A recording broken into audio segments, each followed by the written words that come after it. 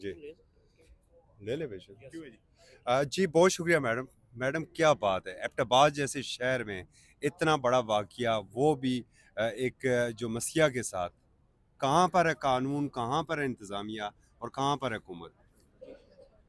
آپ کو میں کیا کہوں, کون سا قانون اور کیا قانون کی, میں تو کہتی ہوں آج دھجیاں اڑی ہوئی تھیں. میں وہاں پر آج موجود تھی جی. صبح سویرے سے ہم لوگ, ڈاکٹر وردہ باجی میری سینئر تھیں, اور بحیثیت مسیحا اور خاص طور پہ بحیثیت خاتون, بحیثیت ماں, آج میں جب وہاں پر کھڑی تھی, آج میں کہہ رہی ہوں ایبٹ آباد کا ہر شخص اور ایبٹ آباد کی سرزمین رو رہی تھی. یہ ایک ایسا لرزہ خیز قتل تھا. 4 دنوں سے پولیس, حکام اور ادارے خاموش بیٹھے تھے. آج وہ کہتے ہیں کہ جی آدھے گھنٹے کے بعد اس کا قتل ہو گیا تھا.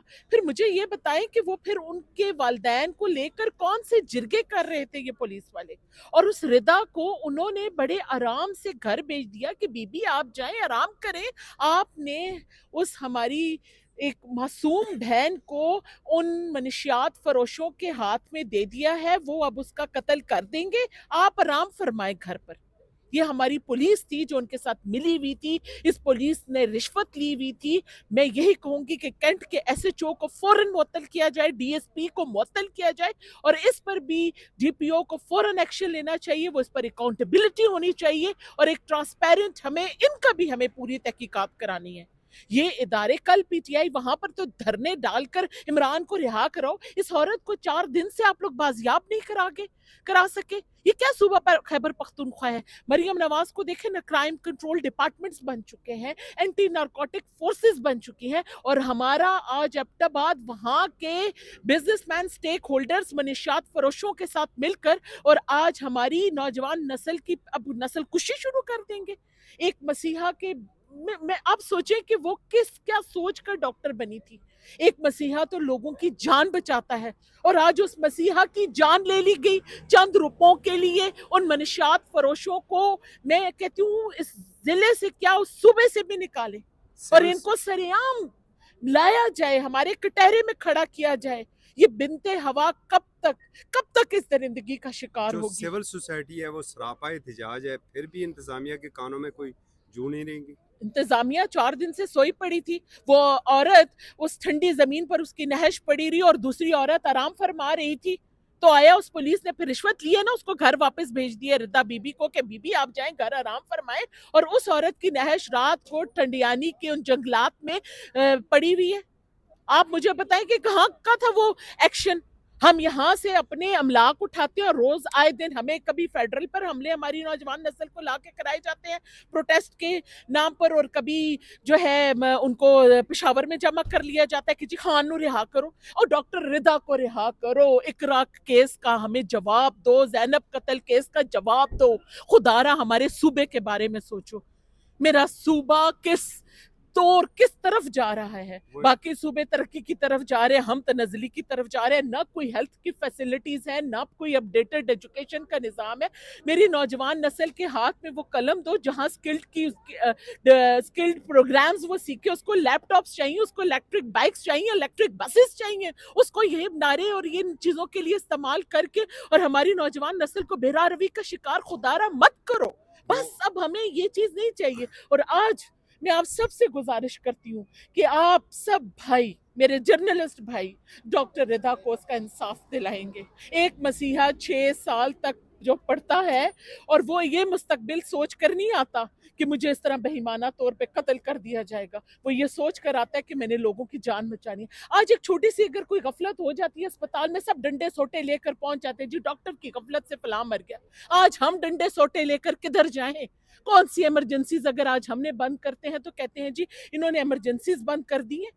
خدا را آج ہم کس کے در پر انصاف کے لیے لے کر جائیں؟ 4 دن سے اس کا وہ بوڑھا باپ انصاف کے دروازے کھٹکھٹاتا رہا ہے, لیکن نہیں, کوئی پولیس کو کوئی اس کے تو کانوں سے جون تک نہیں رنگی. یہ وہی پولیس ہے. 40 دنوں سے تو ہری پور کا وہ 8 سالہ زوان بھی اپنے باپ کی قبر کے اوپر بیٹھا ہوا ہے کہ اور وہ یہ, اور قاتلوں کو اس کو گرفتار. بھی, اور ساتھ میں اس بچے کو بھی دھمکیاں مل رہی ہیں کہ تمہیں بھی مار دیا جائے گا. مجھے یہ بتائیں کہ یہاں پر کون سا کالا قانون ہے؟ یہ کون سا کالا قانون ہے خیبر پختونخوا میں؟ یہ جو اپنا ہی یہ قانون وہاں پہ لاگو کرنا چاہ رہے ہیں، اس قانون کی مجھے سمجھ نہیں آ رہی. لوگ ہمیشہ آپ لوگ جمع کر لیتے ہیں، کبھی آپ عشق عمران میں مرنے کی باتیں کرتے ہیں. خدا را عشق محمدی میں مرو، جان دو گے تو کوئی فائدہ بھی ہوگا، کلمہ پڑھ کے مرو گے کوئی فائدہ بھی ہوگا. خدا را آج ہماری اس ڈاکٹر وردہ کے لیے جو دکھ اور وہ جو کرب ہے نا، اس درد اور اس کرب کو سوچو ذرا، ایک منٹ سوچو. آپ کے ہاں بھی بیٹیاں ہوں گی، آپ کی بھی بہنیں ہوں گی. آپ کو کسی بنت ہوا کا کوئی درد نہیں ہے محسوس ہوتا؟ آپ اٹھتے ہیں، کوئی مسئلہ ہوتا ہے، یا تو عمران خان کو رہا کرو یا ہماری پاک فوج خراب ہے. جی ہماری پاک فوج نے یہ کر دیا. کبھی آپ پاک فوج کے اوپر بولنا شروع کر دیتے ہیں، کبھی آپ کو عمران نیازی یاد آ جاتا ہے. بس اب خیبر پختونخوا کو خدا را ان سے نجات دلائیں، اور وہاں پہ میں کہتی ہوں گورنر راج لگائیں. وہاں پہ ایک اندھا قانون ہے، وہاں پہ آج کوئی عوامی نمائندہ بھائی باہر نہیں نکلا ہے. ہم لوگ وہاں پہ کھڑے پروٹیسٹ کر رہے ہیں. ایک الیکٹڈ جو پی ٹی آئی کا نمائندہ تھا وہاں کا، وہ ہزارہ ڈویژن کا، کوئی ایک ہی آ جاتا نا، کھڑا ہو جاتا، ان کے سر پر ایک ہاتھ رکھ دیتا. نہیں، کوئی کسی ڈاکٹر کی، ہماری پوری کمیونٹی ہے. میں خود مسلم ڈاکٹرز فورم کی سینئر وائس پریزیڈنٹ ہوں، میں خود ایک مسیحا ہوں. ہمارے ساتھ آ کر کسی نے آج دل جوئی نہیں کی، اور نہ کسی نے یہ کہا کہ پولیس نے غلط کیا.